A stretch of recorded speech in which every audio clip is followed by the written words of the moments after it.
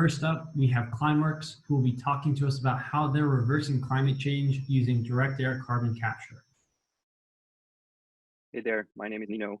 I'm a sales manager at Climeworks, and I want to show you why it is important to use air captured CO2 for your CCO process. What you can see in this picture is the world's first commercial direct air capture plant that we operate at the moment in Zurich, Switzerland. It consists of several so-called CO2 collectors. Each one of them, as you can see, has a fan attached to it. And what it does, it filters CO2 from the air around us. If we take a closer look, the basic principle behind such a collector is actually quite simple. So air is drawn into the collector, where a very special kind of filter material also very selectively only captures the CO2 molecules.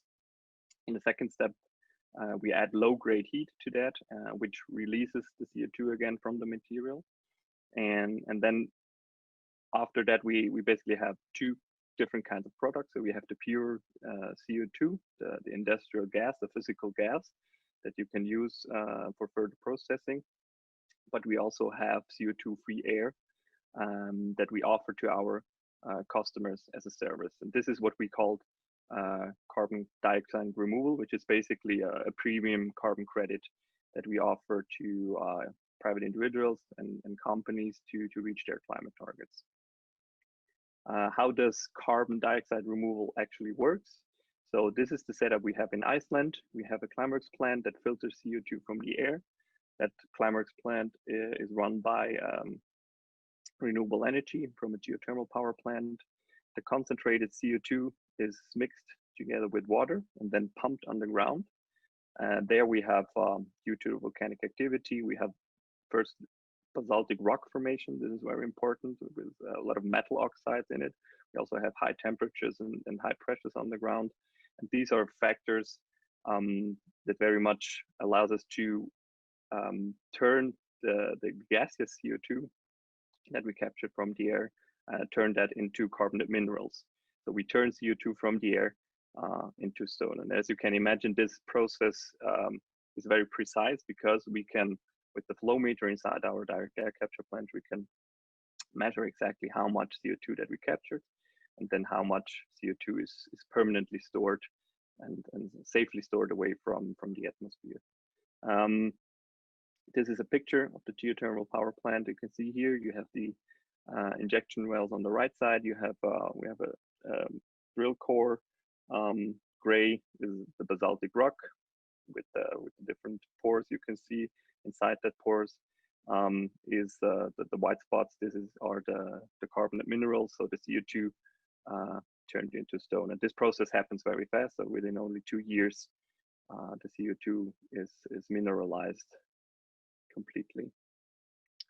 If we're looking at CCU, we see the biggest potential in the production of renewable fuels in the future. And to produce these kind of fuels with direct air capture technology is actually quite simple. So you have a direct air capture plant at the beginning that provides the CO2. And on the other hand, you have, for example, an electrolyzer that provides the hydrogen, also renewably produced with renewable electricity. You put that together to form for the first time a liquid. So you have like a synthetic crude oil, so to say. And this crude oil can be refined within the existing refining infrastructure that we have from the big oil companies, and can be turned into different kinds of fuels: kerosene, gasoline, diesel, or basically all carbon-based products that we have today. So, for example, kerosene that is emitted during the combustion of an airplane, and the emitted amount of CO2 equals the amount that has been captured before, and therefore these kind of fuels are fully carbon neutral, fully circular. The main advantage of that of direct air capture CO2 for your CCU process is that we can close the carbon cycle with it. And why is that important? If we look into the future, by 2050, the world needs to reach net zero emissions. So we cannot emit a single ton of CO2 into the atmosphere anymore. So we need to go to a fully circular economy. And if we look at fuels that are produced from emission sources today, for example, from point sources, which are mainly carbon-based or fossil-based, sorry, they capture the CO2 and they turn it into a fuel. They recycle it, but then during the combustion, the CO2 is released again into the atmosphere. And this process accumulates still the CO2 concentration in the atmosphere.